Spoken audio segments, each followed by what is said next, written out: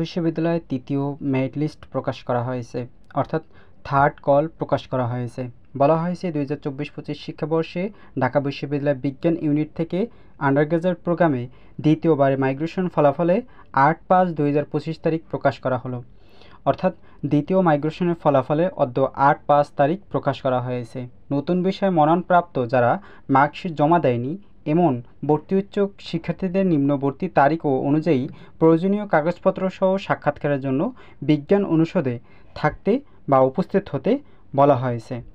অর্থাৎ যে সকল শিক্ষার্থী প্রথম মাইগ্রেশন থেকে বা প্রথম কল থেকে যারা মার্কশিট জমা দেওনি তাদেরকেও কিন্তু ডাকা হয়েছে এবং বিষয়ে মনোনয়নপ্রাপ্ত প্রার্থীর মূল একাডেমিক ট্রান্সক্রিপ্ট জমা না দিলে তাদের বিষয়ে মনোনয়ন বাতিল করা হবে এবং পরবর্তীতে আর ভর্তি সুযোগ পাবে না। বিষয়ে মনোনয়নপ্রাপ্ত কোনো প্রার্থী বর্তমান মনোনীত বিষয়ে ভর্তি হতে চাইলে অটো মাইগ্রেশন না চাইলে তাদেরকে অনলাইনে অটো মাইগ্রেশন বন্ধ করার আবেদন করতে হবে। অর্থাৎ তোমাদের অটো মাইগ্রেশন অন করার জন্য কোনো প্রসেস প্রয়োজন নেই, বাট অনলাইনে অটো মাইগ্রেশন বন্ধ করার জন্য তোমাদের আবেদন করতে হবে। দ্বিতীয়ত রয়েছে তোমাদের কত মেরিট পর্যন্ত নেওয়া হয়েছে। ফাইনালি তোমাদের 12 তারিখে ভর্তি কার্যক্রম অনুষ্ঠিত হবে থার্ড কলের। প্রথম ধাপের ভর্তি কার্যক্রম অনুষ্ঠিত হবে সকাল 10টা থেকে 11টা পর্যন্ত। 1 থেকে 5200 পর্যন্ত যারা রয়েছে তাদের ভর্তি কার্যক্রম অনুষ্ঠিত হবে। বেলা 11টা 1 থেকে 12টা পর্যন্ত 5201 থেকে 5500 পর্যন্ত ভর্তি কার্যক্রম অনুষ্ঠিত হবে। দুপুর 12টা 1 থেকে 1টা পর্যন্ত 5501 থেকে 6200 পর্যন্ত ভর্তি কার্যক্রম অনুষ্ঠিত হবে। এবং যে সকল শিক্ষার্থী কলা, আইন অনুষদ ও ব্যবসা শিক্ষা থেকে নতুন প্রাপ্ত হয়েছে বা নতুন সাবজেক্ট পেয়েছো তাদের ভর্তি কার্যক্রম অনুষ্ঠিত হবে 2টা 30 থেকে 3টা 30 পর্যন্ত।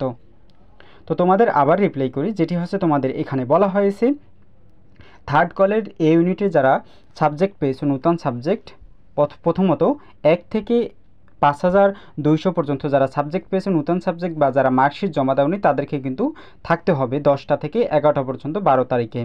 বেলা 11টা 1 থেকে 12টার মধ্যে 5201 থেকে 5500 পর্যন্ত থাকতে হবে বা ভর্তি কার্যক্রমে।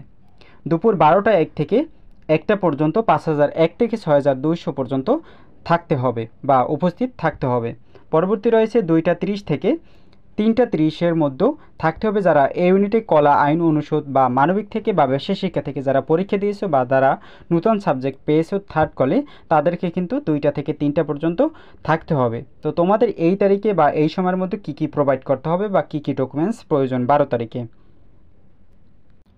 প্রথমত প্রোভাইড করতে হবে তোমাদের প্রবেশপত্র, অর্থাৎ এই ইউনিটে যে সকল শিক্ষার্থী যে কোনো শাখা থেকে ভর্তি পরীক্ষা দিয়েছো প্রবেশপত্র প্রোভাইড করতে হবে। এসএসসি ও এইচএসসির মূল ট্রান্সক্রিপ্ট তোমাদের দিতে হবে।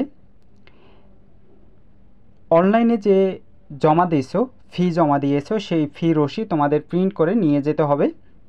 তারপরে প্রাথমিক আবেদন করেছো বা ঢাকা বিশ্ববিদ্যালয়ে তোমরা ভর্তি পরীক্ষা দেওয়ার জন্য প্রাথমিক যে আবেদন করেছিলে সেটি কিন্তু প্রিন্ট করে নিয়ে যেতে হবে এবং অনলাইনে যে সাবজেক্ট চয়েস দিয়েছো সেটি প্রিন্ট করে অবশ্যই নিয়ে যেতে হবে।